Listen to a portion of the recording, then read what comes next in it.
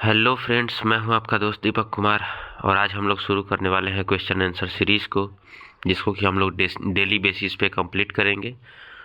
और आज हम लोग इस क्वेश्चन आंसर सीरीज में कुछ प्रश्नों को देखने वाले हैं जो कि आपकी आगामी परीक्षाओं के लिए बहुत ही महत्वपूर्ण होंगे। आप एक एक करके सभी प्रश्नों को सॉल्व करें और देखें कि आपकी पढ़ाई किस लेवल तक हुई है। तो जो बिना देर किए हुए चलिए शुरू करते हैं हम लोग अपने सेशन को। हम लोगों का पहला प्रश्न है,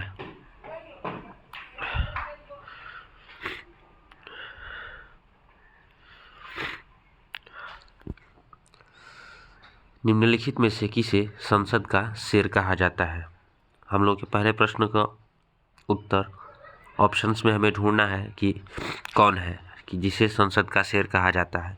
number 1 Atal Bihari Vajpayee, number 2 doctor Shyama Prasad Mukherjee, number 3 Lala Lajpat Rai या नंबर 4 जयप्रकाश नारायण। तो जैसा कि हम लोग जानते हैं कि संसद का शेर डॉक्टर श्यामा प्रसाद मुखर्जी को कहा जाता है, तो इस चीज़ को हमें याद रख लेना है और हमारा आंसर इस तरह से दूसरा हो जाएगा, डॉक्टर श्यामा प्रसाद मुखर्जी। चलिए नेक्स्ट हम लोग देख लेते हैं। नेक्स्ट क्वेश्चन है, शेरशाह सूरी का मकबरा कहाँ पर स्थित है। तो शेरशाह सूरी का मकबरा जैसा कि हम लोग जानते हैं, हमारे ऑप्शंस सिकंदरा, बुरहानपुर, जबलपुर और सासाराम।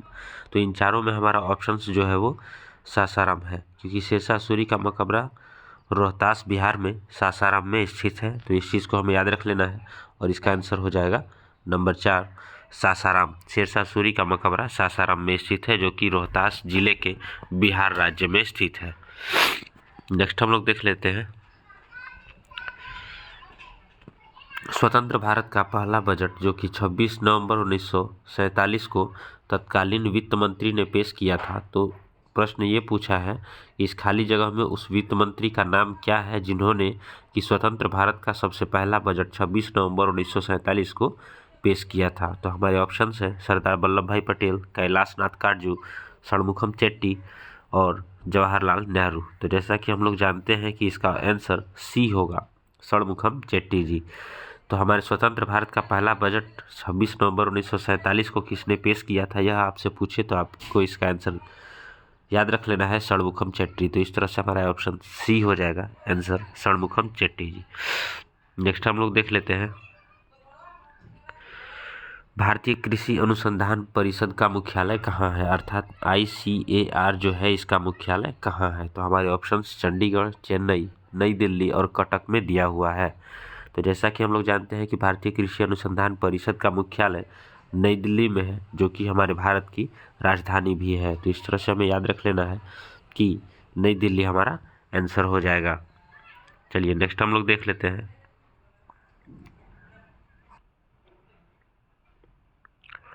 पंचायत राज संस्थाओं के लिए संविधान की 11वीं जो अनुसूची है, इसमें कितने विषयों को सूचीबद्ध किया गया है। हमारे ऑप्शन है 29, 30, 45 और 37। तो जैसा कि हम लोग जानते हैं कि 11वीं अनुसूची में 29 विषयों को सम्मिलित किया गया है, तो इस तरह से हमारा ऑप्शन 1 हो जाएगा। इस चीज़ को हमें याद रख लेना है कि 29 विषय जो है 11वीं अनुसूची में सूचीबद्ध किए गए हैं। साथ ही साथ एक चीज़ और हमें याद रख लेना है कि 11वीं अनुसूची को संविधान में 73वीं संविधान संशोधन के तहत जोड़ा गया था। तो इस चीज़ को हमें याद रख लेना है कि 73वीं संविधान संशोधन के तहत 11वीं अनुसूची को जोड़ा गया है। और अगर पूछता है 12वीं अनुसूची तो वो 74वीं संविधान संशोधन के तहत जोड़ा गया है। तो इस चीज़ को भी हमें याद रख लेना है कि 74वीं से 12वीं अनुसूची को जोड़ा गया था और 73वीं संविधान संशोधन अनुसूची से 11वीं को जोड़ा गया है। तो इस चीज़ को हमें अच्छे से याद रख लेना है। इस तरह से हमारा ऑप्शन ए सही है, 29। नेक्स्ट हम लोग देख लेते हैं,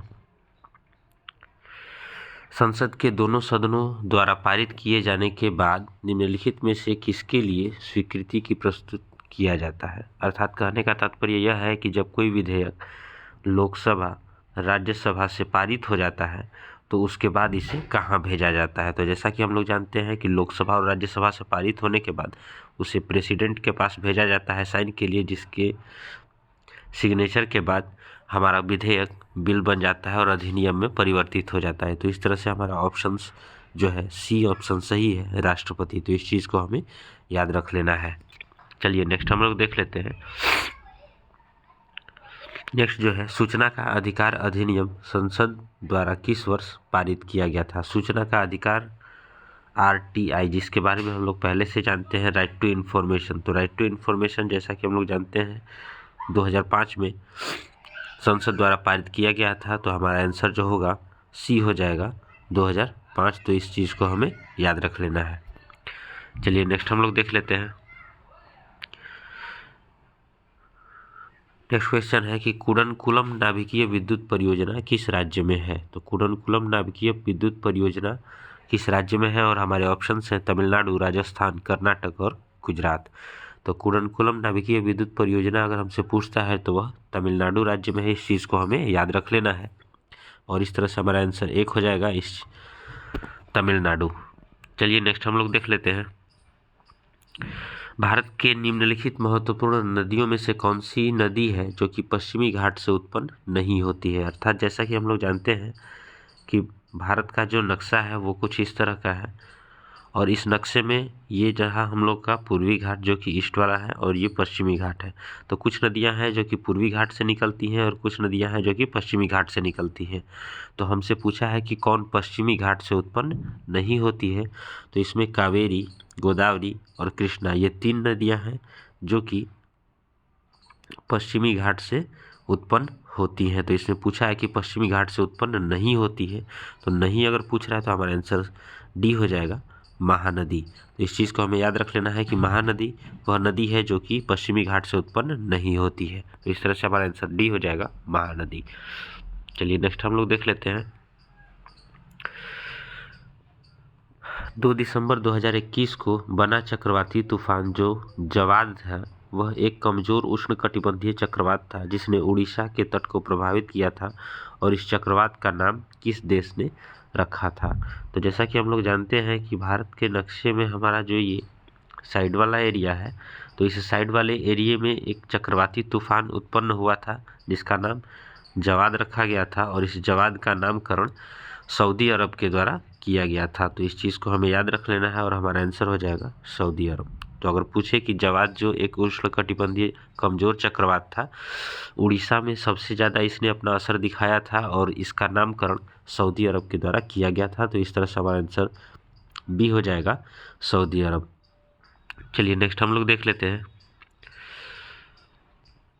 माई ट्रूथ पुस्तक के लेखक या लेखिका कौन है? तो जैसा कि हम लोग जानते हैं कि माई ट्रूथ जो लिखा हुआ है वो हमारी भूतपूर्व प्रधानमंत्री इंदिरा गांधी के द्वारा लिखा गया है। तो इस चीज़ को हमें याद रख लेना है कि माई ट्रूथ बुक जो है वो लिखा गया है श्रीमती इंदिरा गांधी के द्वारा। तो इसका आंसर D हो जाएगा, श्रीमती इंदिरा गांधी। तो इस चीज़ को हमें याद रख लेना है कि माई ट्रूथ बुक जो है किसने लिखा है?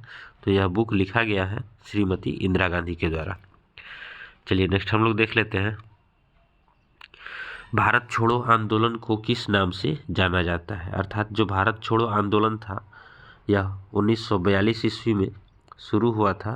महात्मा गांधी जो कि प्रमुख नेता थे, इन्होंने इसको शुरू किया था। इसको किस अन्य नाम से भी जाना जाता है, यह प्रश्न है हमारा। और ऑप्शन है हमारे सत्याग्रह, अगस्त आंदोलन, खिलाफत आंदोलन और खेड़ा आंदोलन। तो जैसा कि हम लोग जानते हैं कि 1942 का जो आंदोलन था, भारत छोड़ो आंदोलन, इसको हम लोग जानते हैं अगस्त आंदोलन के नाम से या फिर अगस्त क्रांति के नाम से। तो इस तरह से हमारा आंसर B हो जाएगा, अगस्त आंदोलन। अगस्त आंदोलन पूछे या फिर आपसे अगस्त क्रांति कहे तो भी आपका ऑप्शन यही होगा। 1942 का भारत छोड़ो आंदोलन को अगस्त आंदोलन के नाम से जानते हैं। जैसा कि हम लोग जानते हैं कि सत्याग्रह अगर शब्द पूछता है तो 1906 ईस्वी में महात्मा गांधी ने दक्षिण अफ्रीका में पहली बार इसका प्रयोग किया था और भारत में पहली बार सत्याग्रह का प्रयोग चंपारण सत्याग्रह में किए थे महात्मा गांधी 1917 ईस्वी में। इस चीज़ को भी हमें याद रख लेना है। एक है खिलाफत आंदोलन। तो खिलाफत आंदोलन हम जानते हैं महात्मा गांधी ने 1920 ईस्वी में शुरू किया था और खेड़ा आंदोलन 1918 ईस्वी में शुरू हुआ था। इस चीज़ को भी हमें याद रख लेना है। तो चलिए नेक्स्ट हम लोग देख लेते हैं। निम्नलिखित में से किसने पानीपत के प्रथम युद्ध में तोपों का प्रयोग किया था? तो जैसा कि हम लोग जानते हैं कि पानीपत का जो प्रथम युद्ध हुआ था वह ऑप्शन से हम देख लेते हैं। पहला तो है बाबर, दूसरा अकबर, तीसरा इब्राहिम लोदी और चौथा है हेमू।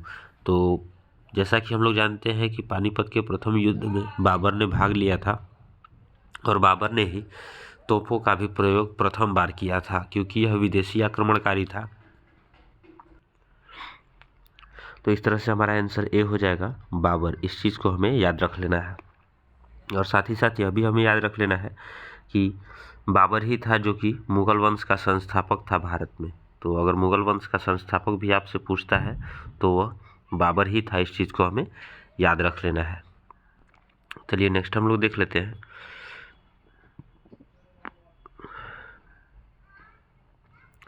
CU की जो किताब थी, CU की या फिर the records of the western world, ये किसके द्वारा लिखी गई थी?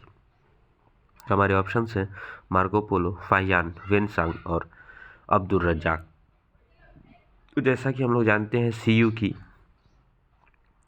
की जो किताब है यह एक यात्रा वृत्तांत है जो कि लिखी गई है वेनसांग के द्वारा। तो इस चीज़ को हमें याद रख लेना है कि वेनसांग ने ही CU की पुस्तक लिखी थी और यह भारत में हर्षवर्धन के शासनकाल में आया था। तो इस चीज़ को हमें याद रख लेना है कि CU की, या अगर पूछे the records of the western world किसने लिखी है तो वह वेनसांग ने लिखी है। इस तरह से हमारा आंसर C हो जाएगा, वेनसांग। नेक्स्ट हम लोग देख लेते हैं। पंडित किशन महाराज जो हैं एक भारतीय वादक थे जो हिंदुस्तानी शास्त्रीय संगीत के बनारस घराने से संबंधित हैं। पहली बात कि यह बनारस घराने से पंडित किशन महाराज जो थे यह किस वादक से संबंधित हैं? तो ऑप्शन से हमारे बांसुरी वादक, तबला वादक, बैंजो वादक और एकतारा वादक। तो जैसा कि हम लोग जानते हैं कि यह पंडित किशन महाराज जो थे वह एक तबला वादक थे। तो इस चीज़ को हमें याद रख लेना है। इसका आंसर बी हो जाएगा, तबला वादक। तो पंडित किशन। चलिए नेक्स्ट हम लोग देख लेते हैं।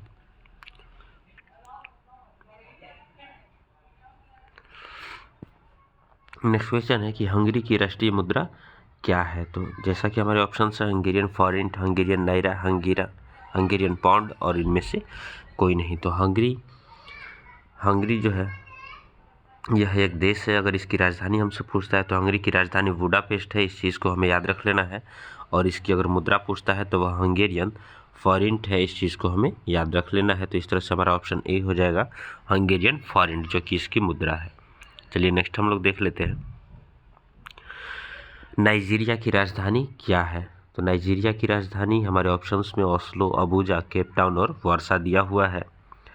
तो नाइजीरिया की राजधानी इसमें से हम लोगों का ऑप्शन बी सही हो जाएगा, अबुजा। इस चीज़ को हमें याद रख लेना है कि नाइजीरिया की राजधानी अबुजा है। चलिए नेक्स्ट हम लोग देख लेते हैं। अमेरिका कप किस खेल से संबंधित है? अगर हम पूछता है आपसे कि अमेरिका कप किस खेल से संबंधित है तो हमारे ऑप्शंस हैं बेसबॉल, फुटबॉल, तैराकी और नौकायान। तो जैसा कि हम लोग जानते हैं अमेरिका कप जो है वह नौकायान से संबंधित है। तो इस चीज़ को हमें याद रख लेना है और हमारा ऑप्शन के अनुसार आंसर हो जाएगा डी, नौकायान। यानी कि अमेरिका कप यह खेल जो है नौकायान से संबंधित है। चलिए नेक्स्ट हम लोग देख लेते हैं। निम्नलिखित में से किस द्वीप का नाम बदलकर डॉक्टर अब्दुल कलाम आज़ाद के नाम पर कर दिया गया है? तो जैसा कि ऑप्शन है हमारे रॉस द्वीप, व्हीलर द्वीप, स्वराज द्वीप और शहीद द्वीप। तो हमारे ऑप्शंस के अनुसार जो आंसर होगा वह व्हीलर द्वीप होगा, क्योंकि व्हीलर द्वीप का ही नाम बदलकर डॉक्टर अब्दुल कलाम के नाम पर रखा गया है। इस तरह से हमारा ऑप्शन बी होगा, व्हीलर द्वीप। नेक्स्ट हम लोग देख लेते हैं और लास्ट क्वेश्चन है, भारत में किसी भी राज्य की सीमाओं को बदलने के लिए कौन अधिकृत है? अर्थात अगर जैसे भारत है तो भारत के किसी भी राज्य को अगर हम लोग ले लें, फॉर एग्ज़ाम्पल अगर हम लोग एक राज्य को दर्शाते हैं यहाँ पर, तो इसकी सीमा में अगर किसी भी तरह का परिवर्तन करना हो, चाहे वो इसको बढ़ाना हो या फिर घटाना हो, किसी भी तरह का अगर परिवर्तन करना हो इस राज्य में, तो इस राज्य में इस परिवर्तन को अगर करना है तो इसके लिए बाध्यकारी जो है वो सिर्फ और सिर्फ संसद है। इस चीज़ को हमें याद रख लेना है। तो इस तरह से हमारा आंसर डी हो जाएगा, संसद।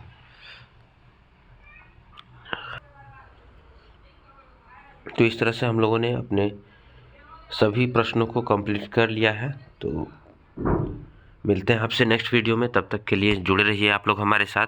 और इसी तरह के वीडियोस को हमेशा हम लोग डेली क्विज़ की तरह कंप्लीट करेंगे डेली बेसिस पे, क्योंकि हमारे आगामी परीक्षाओं में प्रश्नों का चयन बहुत ही उपयुक्त है। तो मिलते हैं आपसे नेक्स्ट वीडियो में, तब तक के लिए जुड़े रहिए हमारे साथ। Thanks for watching video.